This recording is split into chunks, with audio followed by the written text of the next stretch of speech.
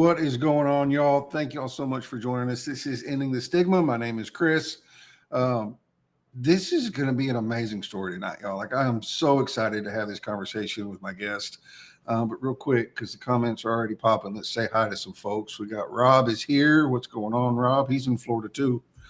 Sri is here. Russ Hedge, how are you doing, sir?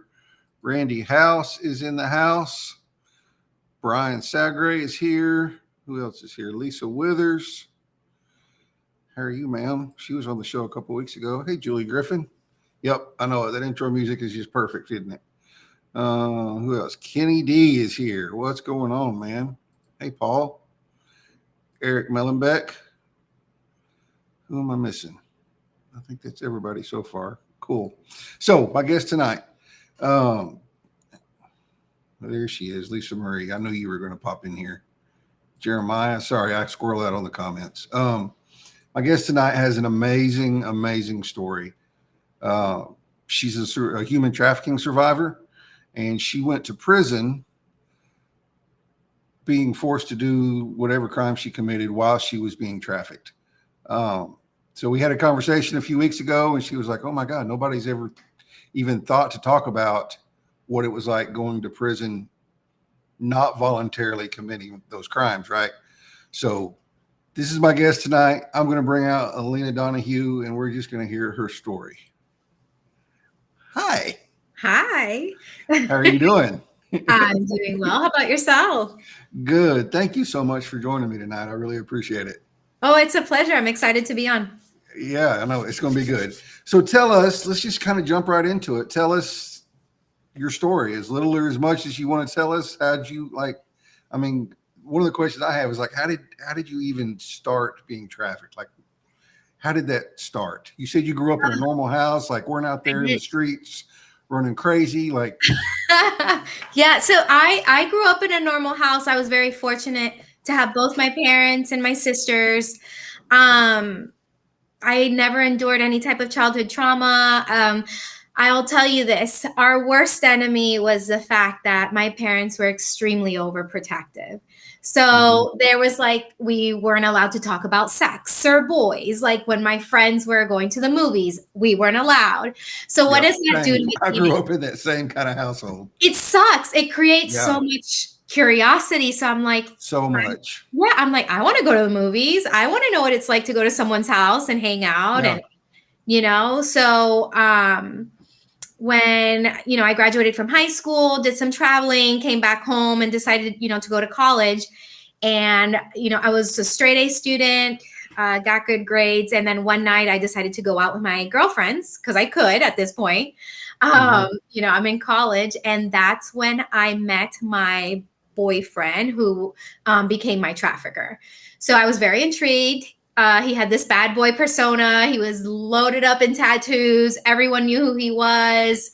He was a known drug dealer. And I'm like this nerdy girl. And I'm like, he's interested in me. I'm like, oh my God, I might have a chance. But little did I know I was the perfect victim for him. So he was already doing what he was doing. He was pimping girls out. He was a known gang member. He was, the list just goes on and on. He had been to prison God knows how many times. But I was the perfect victim because I was very naive. I was gullible. I was a hopeless romantic dying to meet my knight in shining armor. So he knew exactly he was actually a narcissist and a psychopath. But he knew exactly what to do, what to say, and he knew exactly how to groom me, which is exactly what he did. So how it all went down. So everyone says the same thing. How did you get caught up into trafficking? I did not get kidnapped. It's not like in the movies. No one took me anywhere. It all started with a fake modeling ad. So he showed me a modeling ad, and I had no interest in being a model. And that's the first time that he was very aggressive with me. And he was like, what do you mean you have no interest in being a model? You're going to go to this job interview. And I said, no, I'm not. Well, that pissed him off. And I didn't know how to deal with the fact that he was angry because that was the first time I saw that side of him.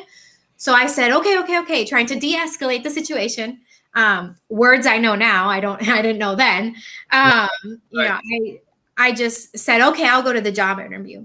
Well, the job interview to the modeling ad was fake. When I went into the room for the job interview, that's where I was initiated into the trafficking world. I was raped by this guy.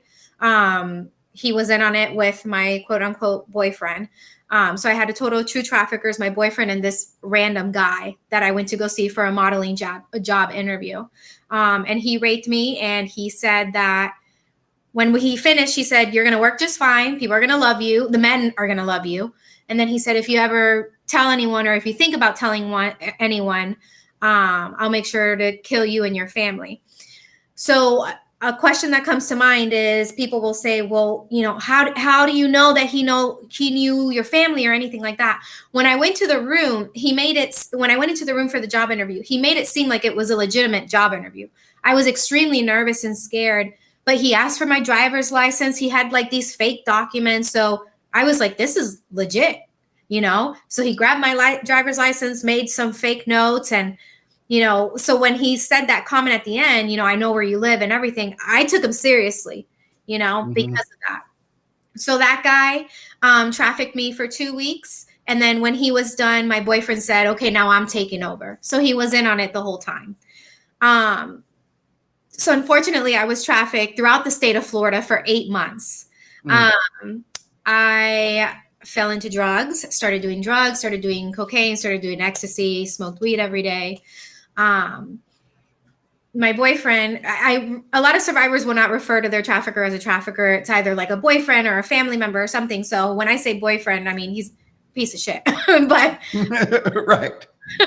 But he was your boyfriend at the time. Yeah, exactly.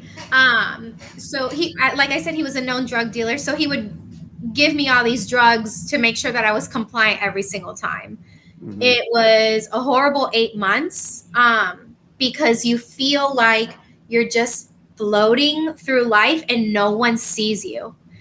You want people to see your pain. You want people to see what's wrong, and no one's paying attention, right? You're not asking for help, but because you don't know how to, but it's like you're just floating through life. And I just remember losing track of the days and the times, and he became my shadow. So for 8 months, I was trafficked throughout the state of Florida.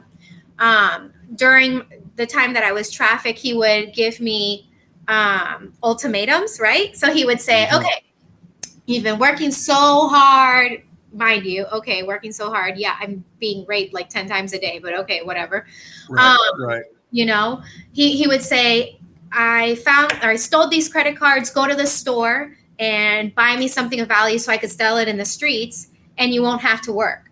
Well, common sense kicks in, and I would steal anything all day long, so long as I didn't have to, you know, be trafficked. So that's how I fell into a life of crime, right? So how did the trafficking end? The cops. The cops ended up, you know, coming on to us, and I was arrested for all these charges unrelated to trafficking. Unrelated. I never got charged for prostitution or trafficking or anything related to that. I was charged with like credit card, ID, grand theft, scheming to defraud. I mean, they made me seem like I was this hardcore criminal, and I was like, what do these charges even mean? Right. You know, so how did my trafficking come to an end? I was finally arrested for the second time. And we all know when you have an open case and you get arrested the second time, your bond is revoked. So that's kind of how the trafficking ended.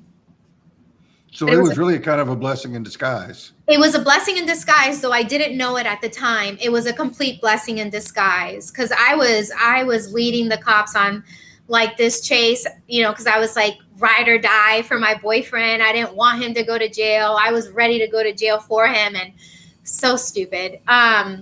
But yeah, it was a blessing in disguise to be arrested, because that's how my trafficking came to an end. It really was. That's how, I mean, I got clean. I stopped doing drugs. I never did drugs again. So many positive things came from being arrested, but I had no idea. Right. At the time, you didn't have a clue. Oh God, no! I was so mad. I was like, "Fuck the police," which I say it jokingly because I love law enforcement. I'm super pro Yeah. law enforcement. I mean, I travel Yeah. the country training them on human Right. trafficking, which is a blessing. It's an honor. But yeah, my mentality then, I was like, "You guys, Yeah. No, I suck. get it. You don't know what you're doing."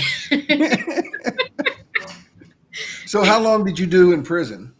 So it was actually just a year. So Okay. so yeah, so it was just a year, but here's the funny thing. So I did a year. So I guess it's like technically county because they wanted to send me up the road, up to prison. Mhm. But they didn't. So I did a year in county, but then Okay. 4 years probation, which Okay. sucks. But here's the thing. I was in jail for 8 months until they were like, "Oh yeah, you're going to be in jail for a year." I was like, 8 months of excruciating waiting, Yeah. nervousness, anxiety. I mean, those public defenders don't give a damn. Like, No, they don't. they don't. They really don't. I can tell you a story. My public defender, I ran into him years later, and I was like, "Do you remember?" I went up to him, and I was like, "Do you remember who I am?" He's like, "No." I said, "You kept me in jail for a year," and he was like, "Oh, I'm so sorry. I was so stressed." I'm like, "Fuck you."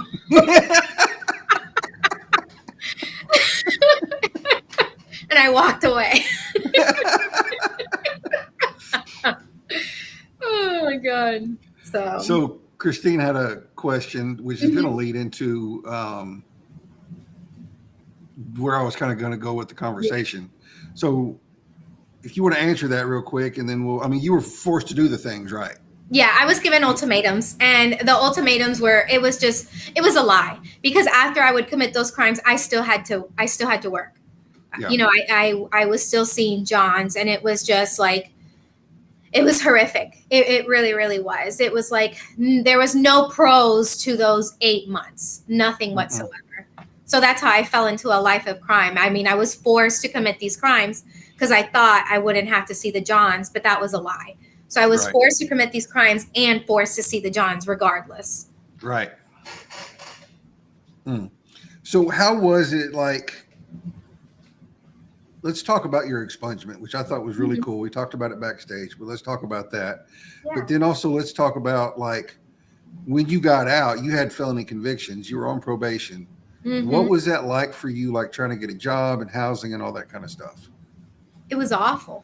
Yeah. It was awful. So let me interrupt you real quick. At this point, had you like woken up enough to realize that, it wasn't fuck the police anymore? It was, oh my God, I'm actually out of that lifestyle now and I'm done with it? Or was it still not quite in your head? It still wasn't quite in my head because he had so much pull within the jail. So when I went to jail, he went to jail too, right? My trafficker, my boyfriend. But he had he had done so much time in and out of jail that he had so much pull with the trustees and everything. Like, he was still getting messages to me. I mean, I say this all the time. I mean, he was cool with some of the COs, and some of the COs would pull me out of my cell and take me to the court cells just so he can talk to me. Like, that's how much influence he had within the jails. So it took me a long time to understand what I went through, to wrap my mind around it. It took a long time because I was still, even though I was away from him, I wasn't really away from him. He still had control over me. Right. Which is things that people don't realize happen in jail. Yeah, no, they definitely do. They do. I remember one morning they were like, "You've got court." And I said, "No, I don't." And they were like, "Today you do." And it was just me and him in the court cells. And I don't know what he paid that CO. I mean, the CO is no longer employed, but I mean, the CO kept me there for 8 hours. Wow. It sucked. It completely sucked. So, yeah. So, how was it like sorry, I got lost. Coming out, trying to get a job, find housing. It It was horrible because Yeah. when I got out of jail, I was like, I'm gonna be who I used to be, and I'm gonna be a good citizen, and I'm gonna get a job and go to school and forget this ever happened. And every time I try to get a job, they'd be like, I would be honest, right? I'm a felon and I fucked up and I need a job. And they were like, yeah, we're not gonna hire you. So I noticed that every time I was honest, no one would hire me. No one would give me housing. Like there was no fair chance. That whole, second chances was complete BS. So I started lying. Are you a felon? Oh no, I'm not a felon. And I started getting jobs. So, I mean, I'm not promoting lying, but it's the only way I was able to get ahead. Because every time I was honest, automatically it was like I was a label. I was labeled. So I remember I really wanted this management position. And I could tell you stories for days, but I really wanted this management position. And I remember I was like, all right, I've been lying for some time. I'm going to be honest. And I was like, I'm a felon. And they were like, you're not going to get this job. I'm like, what the fuck? Oh, it was horrible. I mean, it's impossible because people automatically label you. They do. If once you're a felon, that's it. They label you. You're a fuck up to society. No one sees it as you pay your debt to society when you really do. I mean, doing time, that's paying your debt. Right. Like, why should it keep going? That's my biggest pet peeve. Like, you do the time, you get out on parole or probation, you finish it, it's done. Exactly. Why in the actual hell is that not the end? Exactly. I'm like, so I'm still paying for mistakes that I was forced to do. Like, are you serious? Yeah. It was horrible. So I had to find my own way to get ahead of it and to be 2 steps ahead of it. Because anytime I was honest, forget it. Whatever opportunity was on the table was no longer on the table. So it was, and people can be horrible. People can be horrible. Really. I mean, there was one time where I was scouted for this like big position and all these executives came to see me and interview me and everything. And when I was honest about my felonies, the offer letter was on the table. And I remember him pulling it back and saying, oh, we never offered you a job. I think there was a miscommunication. So, I mean, people can be really messed up. Really messed up. So when did you realize that you were the victim? Years later. So I, on my own, I didn't do counseling until like 5 years later when I realized I was a victim, and I'll tell you how that took place. But it happened years later. So I got a job on my own. I got a place on my own. I started, to get really good employment and be proactive and volunteer and do all these great things. But I wasn't addressing what I went through because I didn't know how to grasp it and understand it. Like I knew what I went through was really bad and what I was forced to do was really bad, but I didn't, I was just in a horrible mind fuck, I guess. And I remember from the moment I got out of jail till I started therapy, like 5 years down the road, I had the same reoccurring nightmare. I mean, the trauma was severe. I mean, I've been diagnosed with, and it's very common for survivors, but I've been diagnosed with severe complex like PTSD. It's like comparable or even worse to those that have been overseas at war. So, which is very common for those who have endured severe trauma. But how did I realize I was a victim? I was at an event, like a community event, and I believe in divine intervention. I do. And I was at this event and I saw this lady receiving an award for her nonprofit. Had no idea what the nonprofit was for, but something within me said, go up to her. And I had never told anyone what I had been through. There was a language barrier between my parents, so they thought I went to jail because I was a bad person and like got mixed up with my boyfriend. But no one knew I was trafficked. Like no one. I was able to keep that a secret because I never was charged with anything related to it. So I went up to this lady at this event and I said, you don't know me, I don't know you, but for some reason I need to share my story. And she looked at me like I was a little crazy, but she was like, all right, here's my business card. We exchanged numbers. We met for coffee, like probably a few weeks later. And I shared my story with her. And I said, I don't know, but let me share my story with you. And she was the first person that I ever shared my story with. And she looked at me and she's like, do you realize you're a survivor of human trafficking? And I said, lady, I don't think you know what you're talking about. And little did I know, she's like the CEO of this huge nonprofit, like with like this huge master's degrees, has graduated from the FBI Academy. I mean, she's done all these wonderful things. And I'm like, I just don't think you know what you're talking about. So I was like, how could I be a survivor if I'm not a victim? So that's when it was brought to my attention, like, hey, you were a victim of human trafficking, but you survived. Because up until then, I knew what I went through was messed up, but I didn't know how to grasp it. Because it's when you're groomed, it's such a horrible situation and you don't know how to get out of it, that unless you go to therapy, it'll take you can't do it on your own. You just can't. You can't overcome it on your own.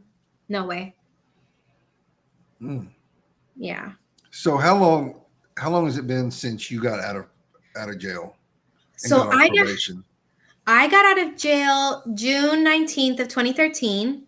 Okay. And I finished probation. I was sentenced to 4 years probation, but I finished early because when I hadn't filed my taxes, and like, when you're incarcerated, you can't file your taxes, but everyone's got a tax scheme in jail. But but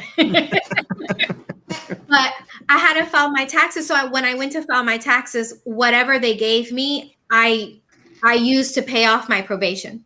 So I think I had like $5 in the bank, and I said, I just want to finish probation. So I paid it off. It was like $10,000 in restitution. And I paid it off, and I terminated probation. But here's a messed up thing. So I say these stories because I know so many women, especially those with felonies, have been in my shoes or are currently in my shoes. So the attorney that helped me with my expungement, he was like, I'm so proud of you. That guy was a piece of crap. I'm going to help you with your expungement. And I said, wow, thank you so much. And he did it for free, and he helped me with my expungement. And then he was like, when it was all over, he was like, hey, you have to go on a date with me because I did your expungement for free. And I remember feeling like a piece of shit. And I was like, oh my God. I was like, are you kidding me? And I know there's so many women out there with felonies that are trying to do better. And there's always someone trying to take advantage of the situation completely. I just know it.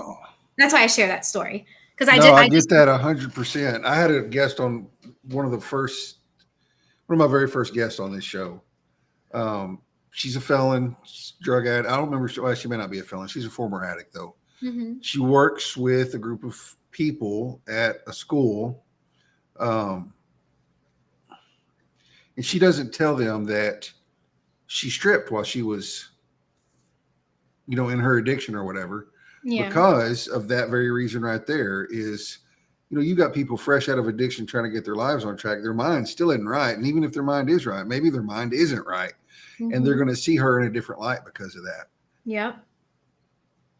Like he saw you not as a person, but as a mark. Exactly. He was like, oh, she's going to be an easy target. And I just felt like I was completely worthless because I was like, wow, I just got off probation. You told me how of a great person I am and how good I'm doing in life. And now I have to go on a date with you. Are you freaking kidding me? Right. That's terrible, man. Like that. That's disgusting. Yeah. It's there's a lot of messed up people out there. So yeah. Sam had a question real quick, and then I have another one. So do you struggle with defining yourself as a victim or a survivor? At times, yes.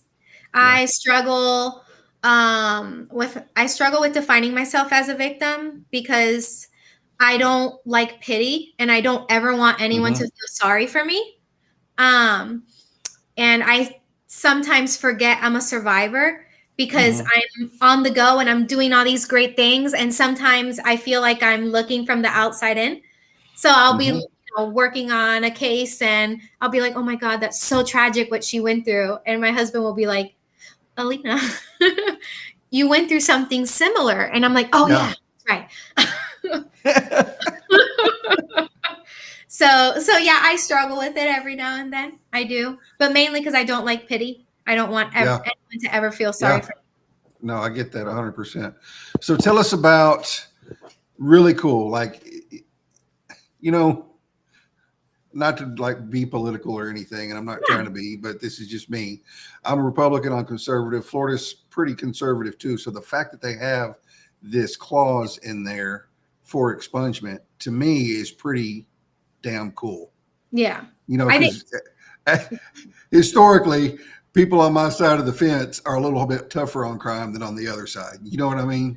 Mm-hmm. So tell us about that expungement clause. Yeah, it was, I didn't know it existed. So this lady that told me I was a survivor of human trafficking, she ended up becoming my mentor. I mean, she's still my friend to this day. I look up to her.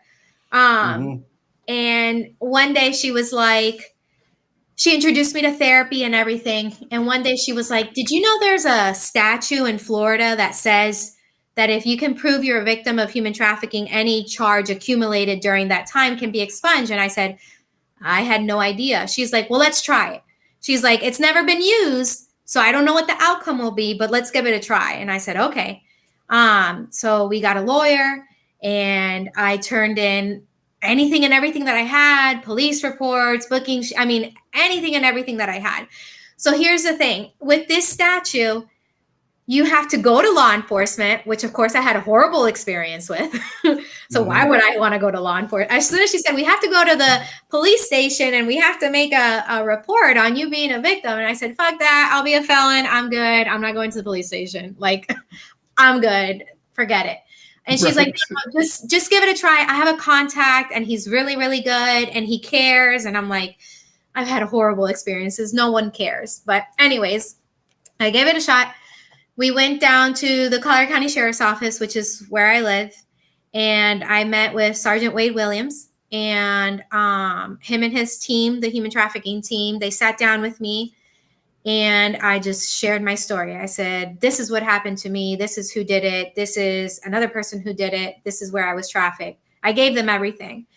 And when I finished, they were just like in shock. And I was like, what? Like, do you not believe me? And they were like, no, you are the missing puzzle to all the other pieces we were missing with these human trafficking cases. And I was like, oh, I had no idea. So when I shared my story, clearly it was legit. Clearly it was truthful because I was, providing information that they didn't have because I was just like, well, that's what happened to me. So I was classified as a victim of human trafficking. So in order to use a statute, you have to be classified. If you're not classified as a victim, then you're wasting your time going to court.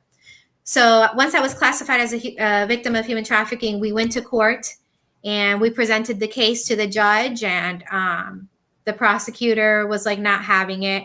She was like, well, how do we know she's not going to go and prostitute again? And I just looked at her and I was like, you're a bitch. Like you clearly do not think, like, why would I go and do something willingly if I didn't want to do it to begin with? Like, right.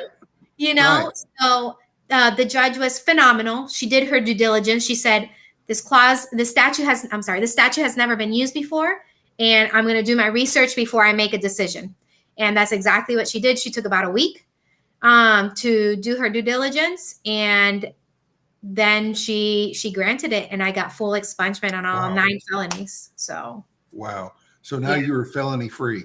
I am felony free. So what happens when it's freaking awesome. It is awesome. It's awesome. So now I struggle with the opposite. Whenever I want to share my story, so my charges don't exist. When you go through an expungement, it goes through like FBI, CIA, they shred everything, right?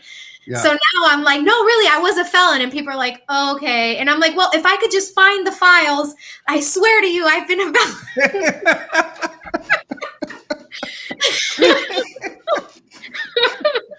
I promise I've been a felon. But yeah, so that is amazing. Yeah, that is but so cool. I am felony free, which is a wonderful feeling. Yeah. Clearly it's very rare. That doesn't happen. Yeah. But yeah, it's a blessing. That was a huge blessing. When I got the expungement, I made a decision right then and there to do my best to, just help other survivors in whatever way I can. So tell us a little bit about that. Tell us a little bit about that, like especially with the work that you do with law enforcement, which I think is really cool, and you also work with victims and survivors of human trafficking. So tell us a little bit about both of those things. So I co-created a residential program that is here in Southwest Florida. It's called the Shelly Stayer Shelter. The Shelly Stayer Human Trafficking Residential Program. That's the program at the Shelly Stayer Shelter. So the program is an 18-month human trafficking residential program for adult females of sexual human trafficking. People say, why adult? Children, it's really big. You see it all over LinkedIn today. You see it all over everywhere. Well, Florida has so many different resources for children, for boys, for all these different ethnicities and age ranges. And I just saw a lack of resources for just women in general. And I was like, well, we're going to focus on women, and we're going to focus on women that have been sexually trafficked. So that's what we did. The program is completely free, which is which is awesome. You see all these programs, and I did 2 years worth of research before this program, we started putting it together. But I started doing this research, and I was like, why are these victims being charged to stay in a program? They don't have any money. They just because they were, trafficked doesn't mean they had any money. I'm sure half of these women were probably charging extra for tips to keep, to pocket a $20 bill or a $10 bill or something. So I just found it horrible that these programs around the country are charging women to be in their program to get help. And they're like, well, it's only $200. $200 is a lot of money for somebody with no money. Yeah. So it's completely free for 18 months. It's composed out of 4 different phases. The first phase is when law enforcement identifies you as a victim and removes you from the situation. The second phase is when you come to the shelter and you're kind of like in blackout, no communication with the outside world, just with those in the program. No phone, no email, no nothing, because we all know within the first 90 days, what do you want to do? You want to go back. So yeah, and it just like progresses. They are offered, once they reach the appropriate phases, they are offered resources to go to school, to go to college, whether it's tech school. They can just jump into it and get a job. If they have kids, we work with the Department of Children and Family to get them, reconnected. If they have charges, we work with them. We work with law enforcement. And within those 18 months, they are living for free at the shelter. I mean, they have their own room. Amazing. There's like a mini grocery store at this shelter. There is a laundry facility that's absolutely free. There's a courtyard. A yoga instructor comes once a week. I mean, there's a co-ed kitchen. There's a co-ed living room. It looks like a college campus. I highly recommend everyone, Google it. It's Shelly Stayer Shelter at the Naples shelter. You can go to naplesshelter.org, but it literally looks like a college campus. And one thing that we decided on was, I'm no longer with the nonprofit because I decided I wanted to work with law enforcement and train them, but I'm still a huge advocate for them. But one thing that we decided on was that it was going to be free and it was going to be completely privately funded. And we weren't going to do any type of government funding because we all know once the government gets involved, they have so many rules and you can't do this and you can't do that. So it's completely, till this day, it's still privately funded, and they do fundraisers. Yeah, they do successful fundraisers, and it just does so amazing. So amazing. It's a nationally recognized program. That's awesome. Yeah. So you said they had like a co-ed courtyard. Does that mean there's men there too somewhere on campus, or? No, I use the word co-ed. I'm sorry. I meant like communal living. Communal living. Okay. Yeah, sorry, okay. not co-ed. I got you. Okay. Because the layout of the facility, it's a domestic violence shelter on one side, and then on the other side is human trafficking. Gotcha. So those two populations are separated because it can get a little feisty. Like, your situation is nothing compared to mine, and they're not in a good place, clearly.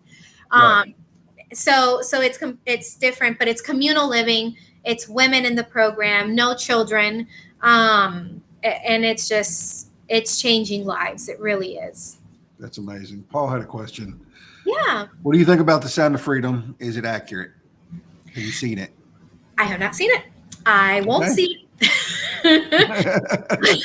I decided I'm not going to see the movie The Sound of Freedom. Maybe one day I'll change my mind, but as of right now, I'm not going to watch it because from the comments that I've gotten, and then from those that I work with who are in the industry on like a government level, like actually going out and doing the rescuing, they're like, this is so Hollywood, it's not even funny. So I haven't seen it at this moment. I don't have any interest in seeing it. But I'm happy that it's creating a buzz. You know, people are talking about Right. human trafficking. But I can't say too much about it because I haven't seen it. Okay, fair enough. Tell us about what you do with law enforcement. Oh, so your face when I said that. Oh, you know, I'm really honored. I am so honored to have the opportunity to go in front of law enforcement and, you know, teach them about a survivor standpoint and a victim standpoint. And I can only be myself, but I'll always joke around and be like, how many of you have been arrested? Just me. Okay, so but yeah, so I do contract work with the Human Trafficking Training Center, and we go around the country and we train law enforcement on, you know, strategic interdiction operations, and we really focus on the survivor. We focus on, why are you arresting, you know, the victims when they're victims? You know, we teach them that it's not what human trafficking is, not what they've been taught their whole career or what law enforcement has been told their whole lives, which is, you know, prostitution is willingly. If she's a prostitute, then, you know, you arrest the prostitute because she's committing a crime. No, there's a good chance that if she's prostituting, there's a pimp somewhere. Right. So we really try to educate them, and we really try to do our best to show them a different perspective. Like, hey, have you ever looked at it from this perspective? Have you ever thought about the survivor during that moment in time? Like, hey, when she's cursing you out, telling her not to help you, we have this slang, Dan Nash, who I work with very closely, he has this slang that says, the bigger the bitch, the more help she needs. And that is so, so true. And that's something that we try to show to law enforcement, like, hey, if she is being absolutely awful to you, she's going to need some serious help, and she needs some serious help. So it's really just putting victims first, and like, hey, it's really the 1% where prostitution might exist, but no one wakes up in the morning and says, oh, I really want to be a prostitute when I grow up, you know, like that's just not what it is. So actually at the end of this month, I'll be in Cheyenne, Wyoming. So I'm excited. I mean, we just travel and we talk to law enforcement. It's always like a 2 or 3 day training, and I love it. I freaking love it. And I'll rub it in every now and then, all the mess ups. But I like, hey, maybe you guys should have done this better, or maybe you shouldn't have done this, or like, you know, I'll rub it in, and I'll do it in a joking way because that's my personality. But I really try to show them like a different perspective. Like, hey, maybe if somebody would have asked me if I was okay, instead of just like the gang unit come and tearing me apart, you know, like, I think things could have gone differently. So right, exactly. like, maybe I wouldn't have tried to fight you back. Like, for real. Yeah. So real quick, because we're getting close to time. You're now married. You have kids. You have a wonderful life. Yes. Like, tell us, just because I'm a hopeless romantic too, like, how did you meet your husband? Oh God. And he has got to be, and I mean this with all the love possible I could possibly say it. Like, it takes a special kind of man to see through all the shit. Oh yeah. And to know that, you're going to have issues that you're dealing with, trauma and all that kind of stuff. Mm-hmm. And not to see you for the beautiful person you are, not the things that you went through. Yes. Yeah. My husband's fantastic. I love that man. We've been together 8 years, married five in December. But how did we meet? So I worked at this restaurant and he was my boss. And I don't know, I've always been into older men, and people are like, oh, it's because she was trafficked. No, I was 13 and in love with Kevin Costner. Like, I've always been into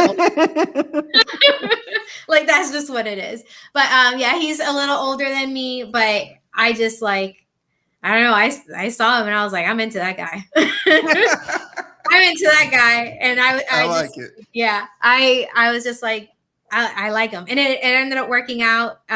He's absolutely phenomenal. And yeah, so I'll tell you a quick story. So when I started so I didn't tell my husband what I had gone through until, like, he knew I was a felon and everything, but I didn't tell him what I went through, right? Because I wasn't ready. And then I started doing therapy. And if you do therapy, you know that every now and then you're going to have one really good session where you come out feeling like Wonder Woman, right? And I came out and I was like, I can conquer the world. Like, this therapist was hyping me up. I was like, oh, I can conquer the world. I'm going to go home and tell my husband I was a trafficking victim. And I went home and he was like, how was therapy? And I was like, I'm ready to tell you. And he's like, okay. He's like, what happened? And I was like, I was a victim of human trafficking. And he's like, what the fuck? He's like, oh my God. And it took him like a few days to digest it. Yeah. And I was like, I think you're being really selfish. Like, I had a really good trauma therapy session and you're making this about you. And he's like, you just told me you were trafficked. So I always share that story because it's kind of funny. Yeah, it is funny. And for me, it would be wrapping my head around the woman I love. Yes. Being used like that. Yes. That's for me, it wouldn't be like I would view you as anything other than beautiful, but it would be like, this is the person I love, and she went through some shit, and I'm just now finding out about it. And how could anybody do this to her? And where is this dude? I'm fixing to go fucking kill him. Yep.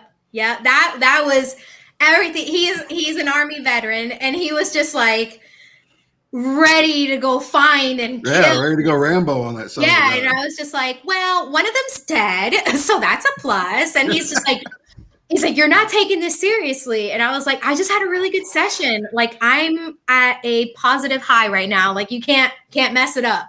But I just had to explain to him, like, hey, who I am today is because of what I went through.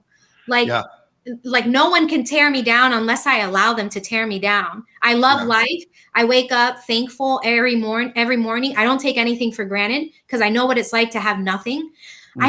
I know what it's like to look through the sidewalks for pennies to see if you can have enough for a McDouble when it used to be $1. Like, right. It's like, I know what it's like to have nothing. So it was just really sharing that with him. Like, I went through some messed up crap, but I love who I am today. And yeah.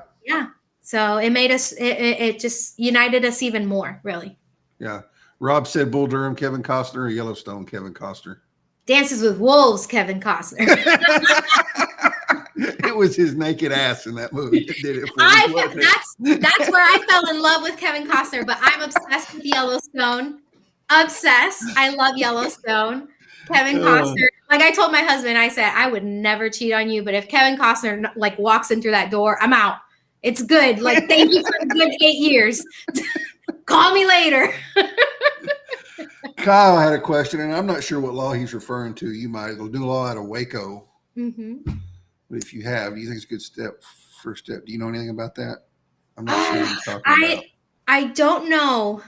There's a lot of laws coming up because human trafficking is what's the buzz right now. But it's a good thing because there's a lot of laws that are being passed through legislation where it's helping victims of human trafficking. So I don't know the particular law. If you go into detail, maybe I can give you my personal opinion on it, but I wish I knew. Cool. Make sure I didn't miss anything. It looks like that's it. Anything else you want to add or say or throw in here before we bounce? Oh gosh, no. I'm just really happy that I was able to share my story, but also share what it's like or what it was like to be a felon. And share, some vulnerable stories, because I know women are going through that, women with felonies, and women who are going through the system that are just being taken advantage by men in power. Really. So this was just awesome. I had a lot of fun. This was great. Yeah, I had a blast. Thank you so much for coming on. Oh, absolutely. Like I knew within the first 5 minutes of our Zoom call, like this was going to be a blast, just because of your personality and you're bubbly, and somebody mentioned earlier you're just so full of joy, and that is 100%. Oh, facts. thank you so much. I'm so thankful for you all. Really, really. Oh, what did Kyle say? Yeah, I see that. Oh. Makes it a felony to solicit prostitution. The goal is to go after traffickers, but also stop the solicitation, which enables the trafficking. Yeah. Well, I think it makes it a felony. So for Johns, so they would get a felony if they solicit prostitution, which I think is great, because in almost every state it's a misdemeanor. Which it's just a slap on the wrist, really. Yep. I know that here in Southwest Florida, I don't think it's passed yet, but they're trying to make it to where if a John gets caught trying to solicit for sex, then a letter gets sent. Not only does he get charged, but a letter gets sent to his wife. So I think that's where we start making changes. Right. we've got to eliminate the demand, which is very hard. But yeah, I think we just need to get our ducks in a row. I think it really starts with law enforcement. This is my personal opinion. I think we need to train law enforcement the right way, because I know in the academy, they probably only get an hour worth of human trafficking training. That's it. If that, maybe 45 minutes and a 15-minute break. But I think we need to, so I think we need to train law enforcement and educate them on how to address it. And then once they know how to not go after the victims, then we focus on the Johns and the traffickers. But the traffickers they're just really good criminals. They really are. They are good criminals. And I just want to say this really quick. Yep. Because it's always been a buzz. There is a difference between a trafficker and a predator. A trafficker, its main goal is to make money, and a predator is seeking sexual gratification. And I say this because sometimes society confuses those two, and there truly is a difference. Can they overlap? Absolutely. But there is a difference. So my thing is just creating awareness, and I just can't thank you all for even staying on as long as you all have. So I have an amazing group of people that support me. Like it's very humbling. I say it at the end of almost every episode. It's just humbling that this many people shows up to support all the time consistently. So I agree. All right, y'all. Next week I have Melissa Houston. Melissa Houston's going to be on next week to share her story of having family that was in prison. She's never been herself, but she's had really close family members that were in prison while she was a kid. So we're going to talk about that. And Alina, thank you again. This has been amazing. Thank you so much. Thank you so much, Chris. This has been awesome. Thank you all so much for the lovely comments. Really, I was trying to glance over as I was. But y'all are on It's fire. Hard to keep up with, isn't it? It is. Y'all are just on fire. But thank you all so much. Feel free to follow me on LinkedIn or Instagram at Alina Donahue or alinadonahue.com. All right. Thanks. Y'all have a good night. We'll see y'all next week. Bye.